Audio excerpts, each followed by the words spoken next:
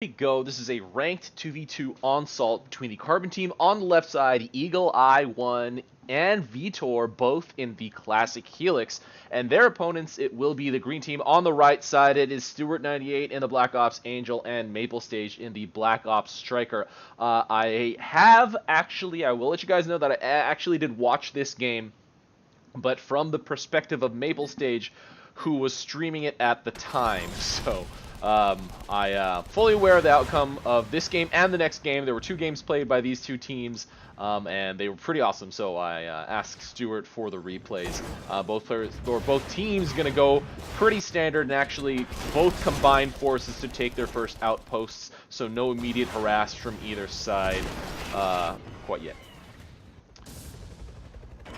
Looks like green team's going to be slightly ahead.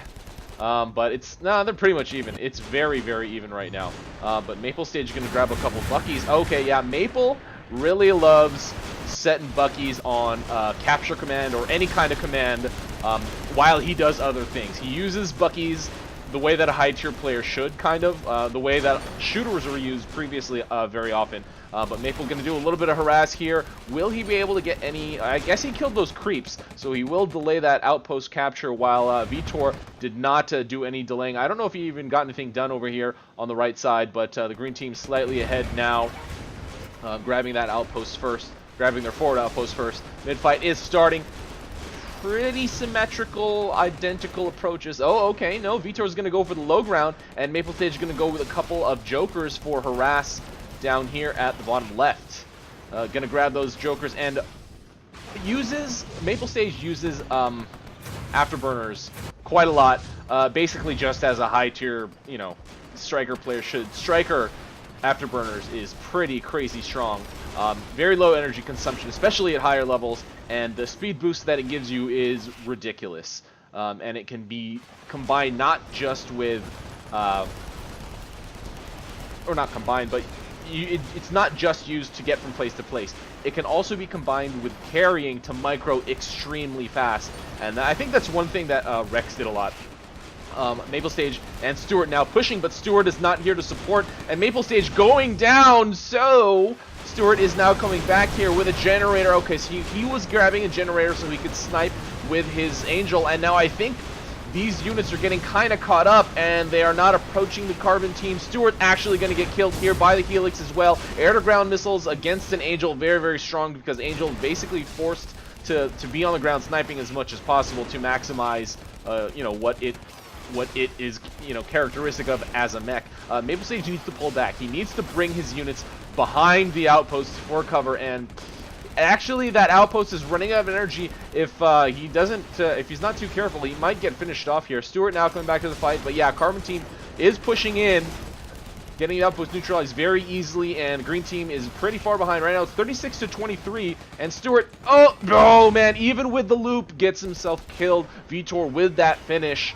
And the Carbon team is going to easily be able to take this outpost. They are way outnumbering the Carbon team is going to be able to take the outpost because they are way outnumbering the green team. Green team forced to pull back, but V1TOR are going to spam grenades as much as possible against this unit clump and going to boost around like crazy to avoid enemy fire. And the Carbon team is not stopping. They are continuing forward, as they should, I think, personally, because they have such a large army compared to the green team, even though they're probably going to lose more units than the green team here.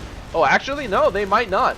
Stuart going down, so not able to maximize that snipe, and maplestage also getting himself killed. Lots of flackers over there, and again, the Helix air-to-ground missiles doing a lot of damage.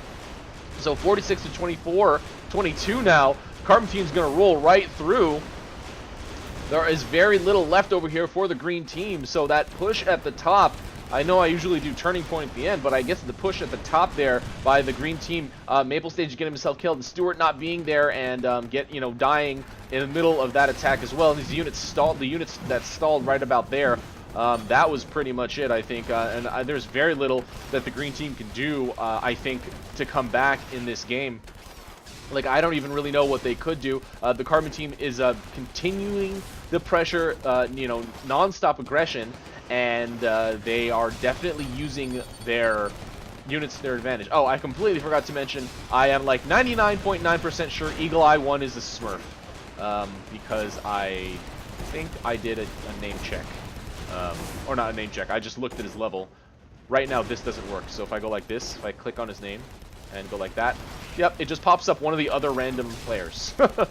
So, but I'm like 95% sure that I checked the right player, and I'm 99.9% sure that if that was the right player, that was a smurf because it's level 2. So there ain't no way a level 2 is doing this. So don't know who that is. But either way, I don't really care because this game, you know, was definitely cool enough, or at least that exchange at the beginning was pretty cool. So I'm happy enough to cast it, you know.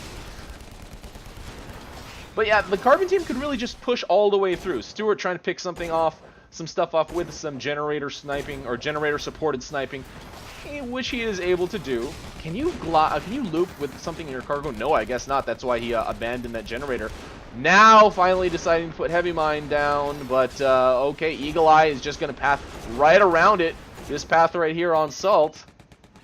And Maple gonna try to, you know, this is a last-ditch cheese. Oh, he put a couple buckies over here. I completely forgot about that.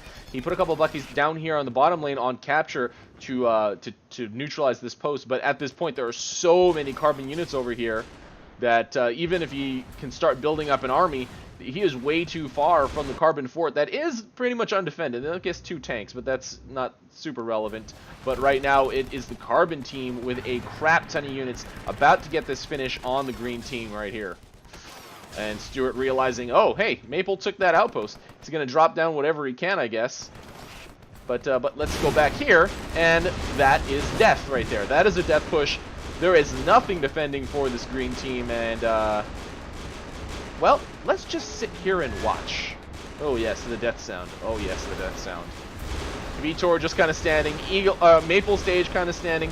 Eagleye, Stuart trying to do something, trying to get something done. But not much. And kablooey.